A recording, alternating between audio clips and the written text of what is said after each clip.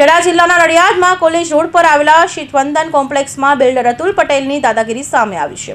રહેવાસીઓનો આક્ષેપ છે કે બિલ્ડરે મંજૂરી વિના ગેરકાયદેસર બાંધકામ કરી પાર્કિંગની જગ્યા ભાડે આપી દીધી છે।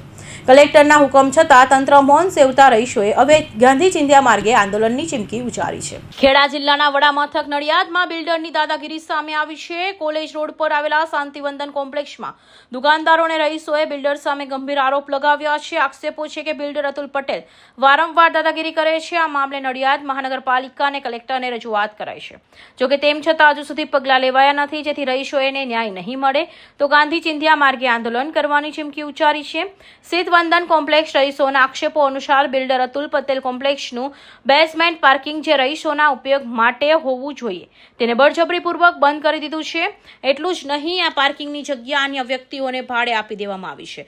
આ ઉપરાંત રહીશોને હેરાન કરવાના હેતુથી કોમ્પ્લેક્સમાં આગળ આવેલું પાર્કિંગ પણ બંધ કરી દેવામાં આવ્યું છે, જેને કારણે ગ્રાહકો અને રહીશોને વાહન પાર્ક કરવામાં ભારે હાલાકી ભોગવવી પડી રહી છે।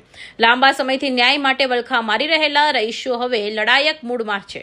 રહીશોએ ચીમકી આપી છે કે જો ટૂંક સમયમાં ગેરકાયદેસર બાંધકામ દૂર કરવામાં નહીં આવે અને પાર્કિંગ સુવિધા પુનઃ શરૂ કરવામાં નહીં આવે તો તેઓ ગાંધી ચિંધ્યા માર્ગે આંદોલન કરવાની ફરજ પડશે।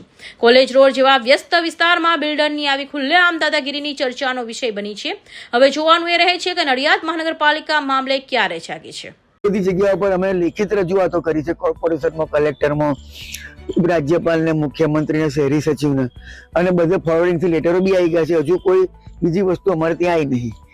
એમને ઘણી બધી વાર વારંવાર કહેવા છતાં ઉપરથી અમારી પર ખોટી દાદાગીરીઓ તમામ ફ્લેટના રહીશો અને દુકાનોવાળા જો કરે છે અને બીભત્સ વર્તન કરે છે।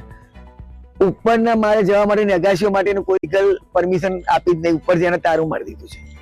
પાછળ જે રસોડાનું બધું જવાનું હતું ફ્લેટો વાળાનું એ બી એને બંધ કરી દીધું છે। ચોથે માળ રહું છું ફ્લેટમાં। હવે જે ઓટીસ છે, આપણે રસોડાનું જે એર ઉપર જવાનું એ એને 5મે માળેથી બંધ કરીને બાથરૂમ બનાવી દીધા છે, એટલે હવે અમારી હવા જતી નથી અને કઈ તકલીફ થશે તો કોણ જવાબદાર? સમગ્ર વિગત કે ભાઈ અરજી અરજદારોની આવેલી છે કે શીતવંદન કોમ્પ્લેક્સ છે એના ઉપરના 5મા 6ઠા માળ અને પાર્કિંગ આમાં ગેરકાયદેસર બાંધકામ થયું છે અને મંજૂરી વગરનું ઉપયોગ પણ ચાલે છે, તો આના અનુસંધાને આપણે એમને નોટિસ આપવામાં આવી। બિલ્ડર સામેના આક્ષેપો માત્ર પાર્કિંગ પૂરતા મર્યાદિત નથી, એવો પણ ગંભીર આક્ષેપ છે કે બિલ્ડરે કોઈ પણ પ્રકારની મંજૂરી મેળવ્યા વગર કોમ્પ્લેક્સમાં વધારાના 2 માળનું બાંધકામ કરી દીધું છે। આ ગેરકાયદેસર બાંધકામના ઉપયોગ પેઇંગ ગેસ્ટ તરીકે ભાડે આપવા માટે કરવામાં આવી રહ્યો છે। આર્થિક લાભ ખાતર કરવામાં આવેલા બાંધકામથી બિલ્ડિંગના સ્ટ્રક્ચર પર જોખમ ઊભું થયું હોવાની ભીતિ રહીશો સેવી રહ્યા છે। સમગ્ર મામલે રહીશોએ નડિયાદ મહાનગરપાલિકા અને જિલ્લા કલેક્ટરને અનેકવાર રજૂઆત કરી છે। નવાઈની વાત એ છે કે કલેક્ટર દ્વારા દબાણ અને ગેરકાયદેસર બાંધકામ દૂર કરવા માટે હુકમ પણ કરવામાં આવ્યો છે।